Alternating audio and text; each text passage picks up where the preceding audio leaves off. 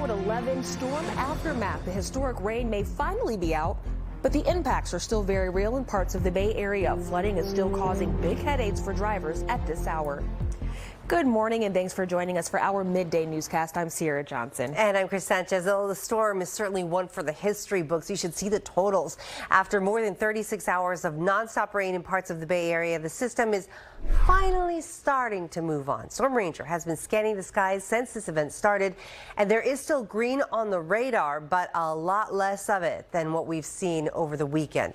The impact, though, is still being felt at this hour throughout the Bay Area. That's right. NBC Bay Area's Thom Jensen is tracking where flooding is still a big problem on the peninsula. Bob Redell has a look at the major commuter lifeline now back open after water left cars submerged. But first, our team coverage kicks off with meteorologist Kari Hall, who is tracking it all neighborhood by neighborhood. Kari, who's still seeing some rain right now? Well, the rain has cleared the Bay Area, but we've been talking about what we've called the bomb cyclone for days now. And this is the reason why, as we loop the past 48 hours, we can see this storm intensify. And it's called that because of a measure of the low pressure in the center of the storm that dropped 24 millibars within the course of a day. So when it intensified that quickly, we saw copious amounts of rainfall as it tapped into some tropical moisture and brought it right into the Bay Area. As we look at what's going on now, we are seeing a lot of the rain tapering off, but there's still that chance that we could see a few spotty showers, especially in parts of the North Bay,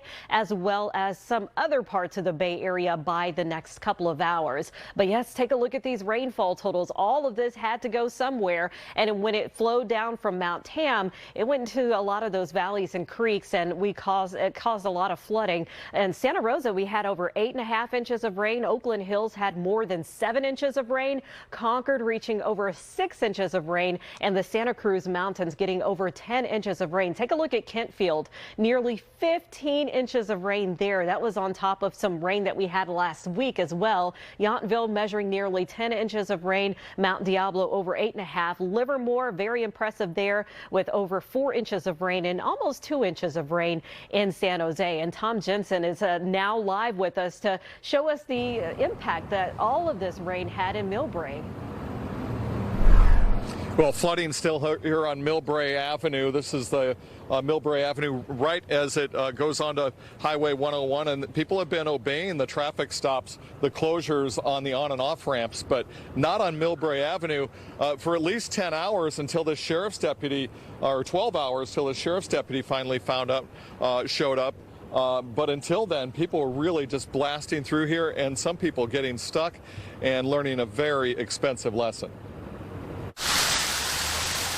Right through the morning commute hours, car after car went right past the road closure signs on East Millbrae Avenue. Some seemingly racing others across the knee-deep water, others saying it was an innocent mistake as they followed traffic ahead of them, and then their cars broke down. The sign said hybrid system. The problems began late Sunday night after hours of rain pounded the entire region. Cars stuck in the road and in the nearby parking lots. For this Uber driver, it will be a very expensive lesson about not always following the leader. I think it's total, I just talked to the repair guy, and this was my earning, A spectacle for a visitor to the city here for work and getting his fill of the storm while he was here. At the airport, it was quite chaotic with flights trying to land and take off. The hotel was leaking. I love my car. But much more than a spectacle for Vivek Taber, whose life has been turned upside down by this major rain event and one poor decision. I don't know what to do, My rent's bill, flood is coming in my mind. I don't know what to do, but it's life, And this area has been identified in a storm drain master plan here at the city of Millbrae as a problem area. So he and other people were wondering even more then why it took so long to get city of Millbrae crews down at one end to stop drivers from going through, and then finally a sheriff's deputy showing up here at least 12 hours into this major flooding here on Millbrae Avenue. Chris and Sierra. All right, thank you so much. So one of the major trouble spots for morning commuters, aside from where Thom was, is open again.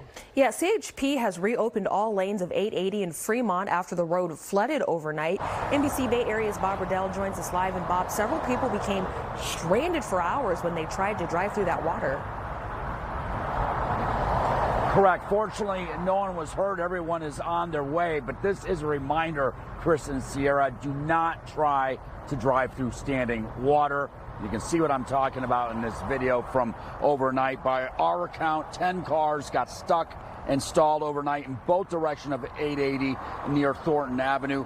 In some instances, the people could not get out of their cars. The water 3 feet deep in places, according to CHP. And those people had to wait several hours for a tow truck to pull them out early this morning. We spoke to 2 women who became stranded. They tell us that they saw a sign indicating that the lanes were blocked, but there was no police roadblock or barricades, so they figured it was okay to try their luck. Obviously, they failed. So yeah, we've been stranded here since like 12:30 a.m. So about 4 hours? 4 hours. Did water get into your car? Yes, it did. Your feet wet or how high up? Well, my feet are To up. the seat. Yeah, to the seat. Oh, no. Pretty much, almost there. And did the car stall? Yeah, the car's not working. Well, it's not turning on. Okay. So what now? So what they told us is that we should just wait till there's tow trucks that are coming in. But we've been waiting for so long, so I think the city needs to do something about how to drain, like fix the freeways. It was actually Caltrans who was responsible for draining 880. The last of the water on the southbound side was out of there at, say, around 8:30 this morning. This video right here, this was seen on northbound 880 south of Mission in Fremont, where we're actually at right now. Another driver there stuck in a stalled car waiting for a tow. All lanes of southbound 17 shut down last night at one point. Another driver stuck trying to make it through standing water. And the same thing along southbound 280 at Saratoga. Again, do not try to drive through standing water. It's too hard to tell how deep the water is, and it doesn't take much to stall your car. Again, and we're back here live in Fremont. All lanes, northbound, southbound direction of 880 have been reopened, as you mentioned.